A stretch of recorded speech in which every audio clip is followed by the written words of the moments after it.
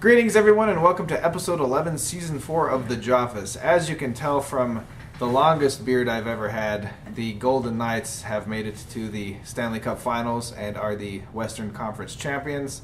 So that's awesome news. Hopefully we can keep that going, and eventually I might not have this beard anymore. We'll see. In other news, we are prepping up for our big Mortal Kombat X giant card preview event for our retail store. So JT is going to be telling you a little bit more about that.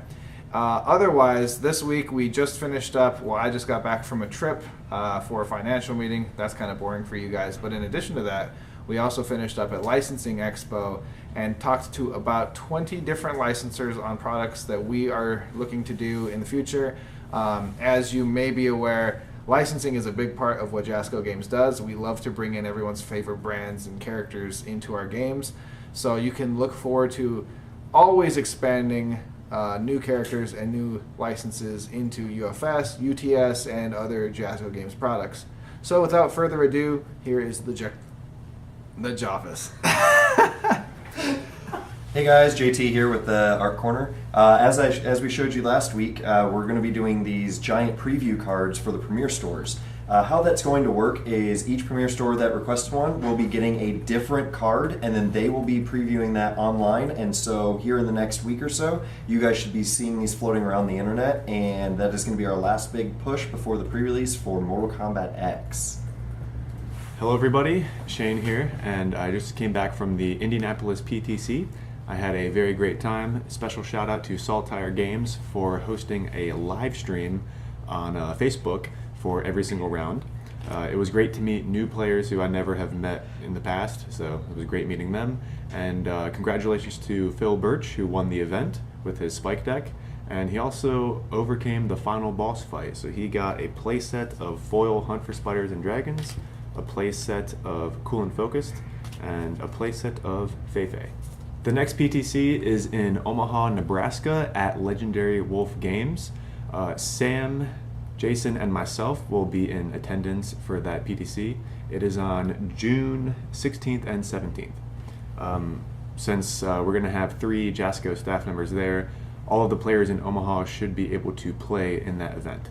Also, we are looking for a multiplayer version of UFS, whether it's a free-for-all or a raid-style format. One of the things about UFS is that the mechanics are very different from any other card game. Most other card games that have like a multiplayer format, you draw one card and you play one like mana a turn, and it's pretty simple, so it's kind of easy for everybody to take a turn.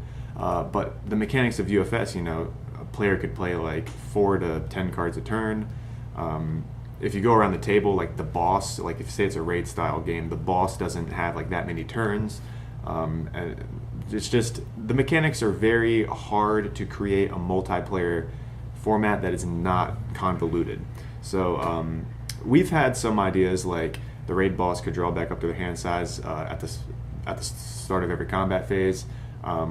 We thought that like the raiders can share a collective card pool, but then you get into like symbol chaining, weird stuff. So like I said, it's very hard to create a multiplayer version of UFS, but if anybody has some multiplayer rules that they have tested out and it seems to work, you can go ahead and submit them to the suggestion box on jascogames.com and we can take a look at them. How's it going, everybody? Welcome to the Joffice.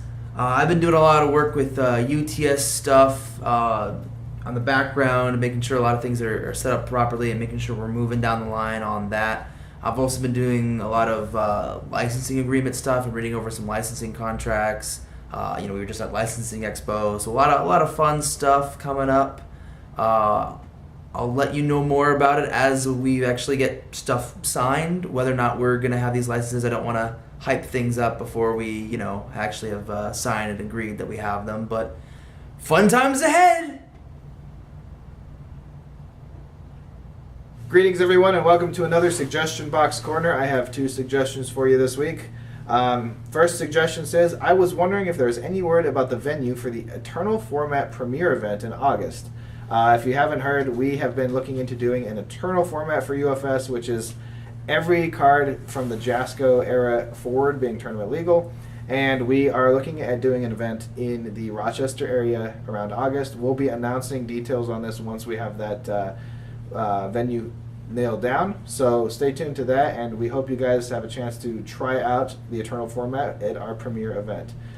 Next up, can we have some more Saddam representation in UFS? There is only one card from him, and it's getting whacked by a spinning lariat. Also, hi from Saddam. Alright, well, since I'm assuming that's not actually who this is from, I went ahead and said the name of the writer. So there is always a chance that Saddam can be in the game. Currently, I don't think we had planned on putting him as one of the new characters from the promos or anything. He may be in the next set. I think the next Street Fighter set will probably be focusing heavily on alpha characters, is what we were discussing today, but we aren't entirely sure yet because that set's quite a ways away from right now. We're more likely to have a Capcom overall set than a full Street Fighter set before this comes out, so stay tuned. I'll keep this in mind and try to see if we can squeeze some Saddam love into the next UFS releases. That's it, and thanks for watching the Joffice. This is not English.